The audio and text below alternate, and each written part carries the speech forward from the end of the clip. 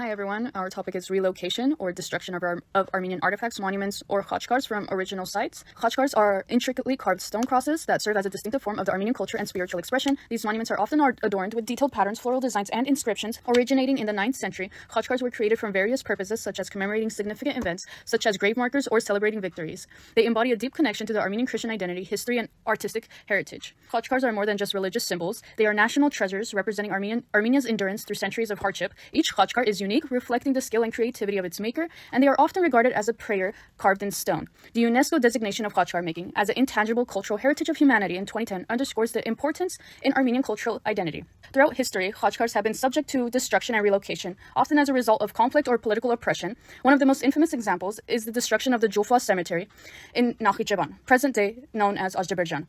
This cemetery was home to thousands of khachkars, considered some of its finest examples of this art form. Between 1998 and 2006, these khachkars were systematically destroyed in the act of widely condemned as cultural genocide. Despite video and photographic evidence, efforts to hold perpetrators accountable or recover the lost heritage have been unsuccessful.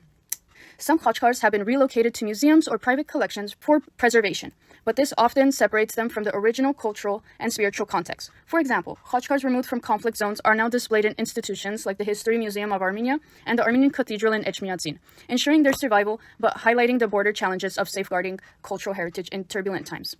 On to the next. When it comes to relocating ancient Armenian artifacts, the first major object is coins. So through the destruction of churches and monuments in Turkey, ancient Armenian coins were found and are now being sold for profit on websites like eBay or Vcoin, and mainly Armenians are buying those to ensure that they end up in the right hands. And then the second object is manuscripts. One example is the Homilies of Mush manuscript that was saved from destruction twice and now is relocated to the Matena Daran in Armenia. And then the second example of a manuscript is that the Bank of America is providing a grant to the Armenian Museum of America in Watertown, Massachusetts to restore 21 manuscripts that were relocated there. So apart from artifacts, churches and monuments have also been under threat of destruction, and because there's so many of these types of sites, I'm only going to discuss a few of them, but I will put a link in the description below that will take you to this interactive map that will have several sites listed, not just churches and monuments, but other civil sites as well, such as government buildings and so forth. The first such site that I'm going to go over is located in Sushi. It's the St. Gaziantep's Cathedral. It began construction in 1868, and it had a very extensive history. It survived the 1920 massacres, it survived the First Artsakh War, and it survived the Soviet era. During the First Artsakh War, it was actually used as a storage for armaments and weaponry, and then about 110 years after the initial construction, it was reconsecrated in 1998. And pictured here is the bell tower. These angels and parts of the bell tower were destroyed as a result of the bombings in the 44-day war in 2020. Most notably, the roofs and interior of these buildings were destroyed. Here's a side-by-side comparison of the interiors. And current restoration efforts have been in place. However, as you can see pictured here, this bottom right picture is a more recent picture. It was taken in 2024, and it shows that the original architecture hasn't been preserved because it's being converted into a mosque. Another significant cultural monument is the T-27 tank monument. It is significant because it fired the first shots at the Battle of Sushi, which was a very key battle during the First Artsakh War because it was one of the first major Armenian victories. And it has since stood as a commemorative historical monument of the First Artsakh War and the Armenians' victory, but in 2023 it has since been removed. And then lastly, I also want to talk about Dadivank Monastery because though it hasn't been bombed like the cathedral in Sushi, it has been directly threatened on an Azerbaijani podcast in 2021. It was threatened in the sense that Azerbaijan claimed that it was an Albanian site. And with Albanization, there comes dangers of rewriting history and de-Armenianizing these sites, which, apart from erasing history, it could lead to changes in the architecture. It also threatens the tangible heritage located at these sites, such as the inscriptions in the church buildings that we'll see soon, and the khachkars that you can see here as well, that could possibly be relocated or even damaged. And almost a year after Azerbaijan claimed that Dadivank was an Albanian site, a letter of support was written by the director of the Center of Religious Studies at the Central European University, and in that letter they nominated Dadivank along with several other significant cultural heritage sites in Artsakh to be included in Europea Nostranda's Europe's 7 Most Endangered Heritage Sites program.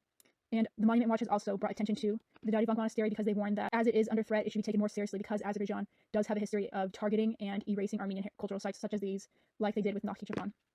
This is a picture of Hovhannes Hovhannisyan, the abbot at the monastery. He fought in the First Artsakh War, just a fun bit of history. These are just some more pictures of the inscriptions that were at Dadivank back in 2018.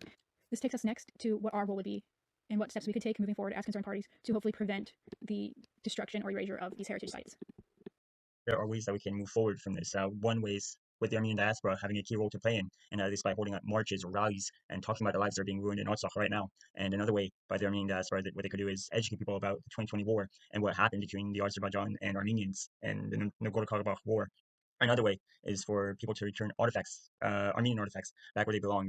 For example, in the top, you see a Armenian genocide monument that was once taken down in Cologne, Germany, but was most recently brought back. In the bottom, we see 21 illuminated manuscripts being restored in the Armenian Museum of America in Massachusetts. But I think now we can bring this back to a discussion with everyone else. So let's take it away. The third step moving forward would be to advocate for a mutual relation between nations. We are going to discuss the pros and cons that this may have and discuss some of the differing viewpoints on the matter. For instance, one of the pros would be that establishing an open relationship between Armenia and Turkey would allow for all visitation of pilgrims to church sites, which would help to preserve the site. An example of this would be local Kurdish communities in Azerbaijan or Turkey, who help maintain tourist sites at some of the surviving Armenian churches, such as Akhtamar. Any thoughts on this? Well, I would argue that this would turn the heritage site into like a tourist attraction, and some would argue that this would detract from the ancient historical heritage of the site, and it would just be a tourist attraction and not as like a church. One example would be Lauren Jane Smith argues that conserving these heritage sites would not conserve the heritage itself, but the heritage experience of those people are conserved through the sites and the memories that are associated with it. This will be true if the memories of tourism are now associated with the church sites instead of regarding as places of worship. I would argue an establishment of the UNESCO heritage site could prevent looting and promote tourism, where the role of local communities could have a positive impact. Another pro would be that building a relationship between the nations would just help amend conflict that has been going on for centuries, and it would finally bring peace between the nations, and it would just firmly establish a peaceful relation. But both countries in this case would need to be willing to come to an agreement when it comes to this. But this may be difficult because Azerbaijan has a history of breaking past ceasefires and agreements being broken.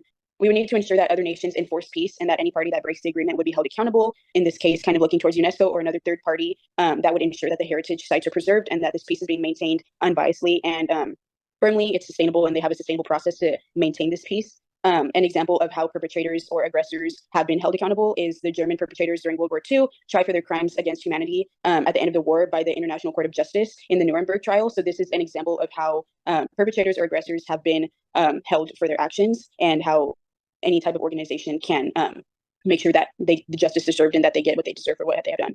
That would be a good thing to advocate for, especially the country being held accountable. But even if you are holding them accountable, you would have to consider the implications of attaining peace at any cost. Because if you were to just amend the relation without any reconciliation or any acknowledgement of past history, or any acknowledgement of past heritage destruction, you could further harm the relations between the countries, because you're essentially burying the past, and that's not going to allow for any healing between either of the countries.